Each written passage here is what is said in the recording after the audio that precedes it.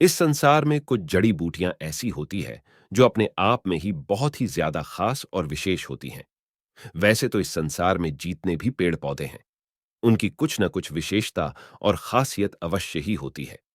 इस दुनिया में जितने भी पेड़ पौधे हैं, कोई भी एक भी ऐसा नहीं है जो बिल्कुल बेकार हो। किसी न किसी में कुछ न कुछ शक्ति अवश्य ही मौजूद रहती है। और यह सभी चीजें वनस्पति तंत्र के अंतर्गत आती है। यानी कि कुछ चीजें ऐसी होती हैं जो तंत्र करने के लिए बेहद आवश्यक, खास और विशेष हैं।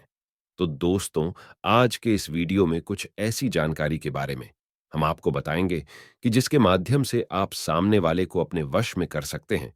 बहुत सारे लोगों की यह परेशानी होती है कि जिससे वह प्यार करते हैं, जिससे उनकी शादी हो गई होती है, वह उनकी बात ही नहीं मानता है। काफी लोग हमसे इस बारे में पूछते भी है, बताते भी है कि जहां पर काम कर रहे हैं, कार्य कर रहे हैं, उनके आसपास की जो लोग हैं, उनके पड़ोसी है, वह हमेशा ही परेशान करते रहते हैं, जिसके कारण वे कार्य भी नहीं कर पाते हैं। बहुत से जालिम लोग तो ऐसे होते हैं कि केवल बस आपको दुखी देखना चाहते हैं और कुछ ना कुछ प्रयास हमेशा ही करते रहते हैं। लेकिन दोस्तों, आज के इस वीडियो में जो जानकारी है वह बेहद खास है, जिसका इस्तेमाल करके आप सामने वाले को अपने वश में कर सकते हैं। और जिस भी तरह से आप चाहें, उसी तरह से वह आपसे करने लगेगा। यानी कि अगर वो आपसे शत्रुता रखता है या फिर आपको पसंद नहीं करता है, तो इस प्रयोग को करके आप लाभ उठा सकते हैं। इस जानकारी से आप मनचाहा कार्य कर सकते हैं। लेकिन उससे पहले वीडियो को लाइक करके कमेंट बॉक्स में ओम नमः शिवाय अवश्य लिख दीजिए। भगवान शिव की कृपा से साधनाओं की सिद्धि प्राप्त होती है, जिससे व्यक्ति परम सुख को प्राप्त करता है। जितने भी मंत्र होते हैं, जितने भी तांत्रिक क्रियाएं होती हैं, यह केवल भगवान शिव के माध्यम से ही सफल होती है। तो दोस्तों, जैसा कि हमने आपको पिछले वीडियोस में भी बताया है कि जो तंत्र होता है, तंत्र की जो क्रियाएं होती हैं, उनमें किसी भी चीज की आवश्यकता नहीं पड़ती है। केवल ध्यान के माध्यम से ही तंत्र किया जा सकता है, क्योंकि केवल ध्यान ही वह शक्ति है जिसके माध्यम से कुछ भी पाया जा सकता है। और तंत्र क्रियाओं को करने के लिए ध्यान को ही माध्यम बनाया जाता है और उसी चीज को एक्सेस किया जाता है जो सभी लोगों में समान और निश्चित ही होती है, जैसे चेतना सब में होती है। तंत्र करने के लिए आम तौर पर कुछ चीजों की आवश्यकता नहीं पड़ती है, क्योंकि यह प्रचंड क्रियाएं होती हैं जो भी व्यक्ति ध्यान कर सकता है। ध्यान में जब चाहे जैसे चाहे प्रवेश कर सकता है, बिल्कुल शांत होकर बैठ सकता है।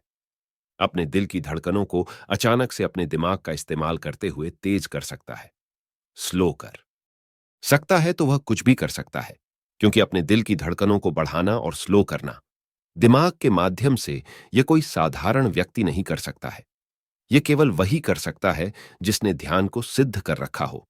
और ध्यान को सिद्ध करने के लिए बहुत ज्यादा प्रैक्टिस की आवश्यकता पड़ती है, जो हर किसी के बस की बात नहीं होती है। जो तंत्र क्रियाएं जानता हो, केवल वही व्यक्ति कर सकता है जो ध्यान को पकड़ना जानता हो और दिमाग के संपूर्ण खेल को समझता हो।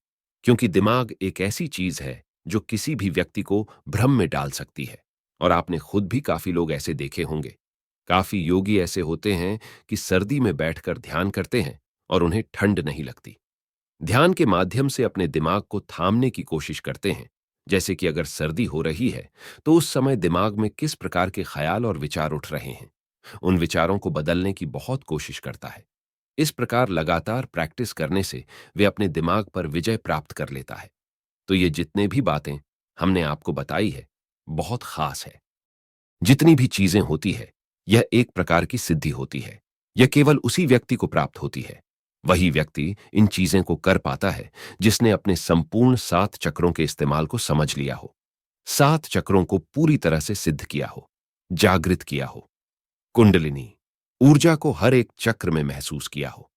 यह कुछ खास जानकारी हमने इसलिए बताई है जिससे आप सीख सके कि तंत्र किस प्रकार किया जाता है, क्या क्या चीजें जरूरी होती हैं और किन चीजों के माध्यम से तंत्र हो सकता है। और आपको यह भी बता दें कि तंत्र की जो क्रियाएं होती है, वे सामने वाले व्यक्ति के दिमाग पर अटैक भी कर सकते हैं। इसीलिए यही वजह होती है कि सामने वाले पर जब कोई तंत्र क्रिया हो जाती है, तो सामने वाले व्यक्ति हमेशा ही बेचैनी में होने लग जाता है। चिंता, घबराहट और बहुत ज्यादा उसका मन खराब होने लगता है।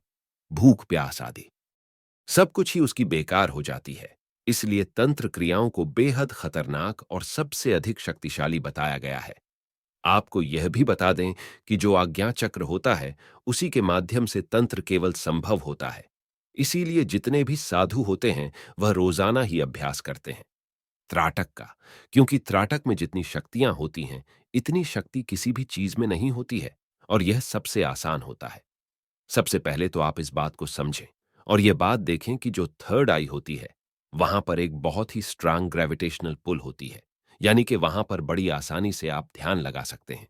उसके अलावा शरीर में कोई भी ऐसा स्थान नहीं है जहां आप आसानी से ध्यान लगा सकें, तो वह चीज सबसे आसान होती है। इसीलिए रोजाना आपको त्राटक करना चाहिए, क्योंकि जो व्यक्ति त्राटक को रोजाना करता है, उसकी आंखों में ऐसा प्रचंड वेग होता है कि वह शत्रु कि अगर आंखों में आंखें डालकर मन में कोई बात बोल दे, तो उसके शत्रु के साथ होनी निश्चित है और बिल्कुल तय है। इसी प्रकार जो लोग त्राटक करते हैं, उनमें अपने आप ही वशीकरण की सम्मोहन की शक्ति मौजूद रहती है। बल्कि इसी के माध्यम से, यानी कि आज्ञा चक्र के माध्यम से, आप अपनी संपूर्ण मनोकामना को भी पूरा करवा सकते हैं, जो भी चीज आप चाहते हैं। अगर आपको त्राटक करने की प्रैक्टिस है, तो लगातार आज्ञा चक्र पर ध्यान लगाते हुए आप अपनी इच्छाओं को पा सकते हैं। आज्ञा चक्र बेहद खास और सबसे अधिक शक्तिशाली होता है। आज्ञा चक्र के जागृत होने से बुद्धि बिल्कुल कंट्रोल में आ जाती है। फिर बुद्धि इधर उधर बिल्कुल भी नहीं भागती है। वह बिल्कुल शांति से संपूर्ण सुख को अनुभव करने लग जाता है। लेकिन इस बात का ध्यान रखें कि जब भी आप त्राटक करते हैं, तो बिल्कुल भी अपने त्रिनेत्र के साथ जबरदस्ती बिल्कुल नहीं करनी है, क्योंकि काफी लोग ऐसे होते हैं कि आज्ञा चक्र ध्यान लगाते हैं, बाहरी त्राटक करते हैं, आंतरिक त्राटक भी करते हैं, लेकिन इस प्रकार से करते हैं कि जबरदस्ती इस प्रकार हो जाता है कि उनके थर्ड ओनय पर दर्द होने लग जाता है। तो ऐसे आपको बिल्कुल भी नहीं करना है।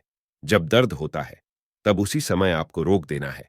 यह सबसे सरल, सबसे आसान ऐसी क्रिया है कि अगर आप त्राटक करते हैं, तो कोई भी व्यक्ति आपके विरुद्ध नहीं जा सकता है, और अगर वह आपके विरुद्ध जाता है, तो उसके जीवन में फिर कुछ भी अच्छा नहीं हो सकता है। आज्ञा चक्र पर रोज ध्यान लगाने वाला व्यक्ति सम्मोहन वशीकरण इस प्रकार से बड़ी आसानी से सिद्ध कर लेता है कि जिस चीज की वह कामना करता है, चाहे वह कोई भी चीज हो, उसके पास निश्चित ही दौड़कर आती है।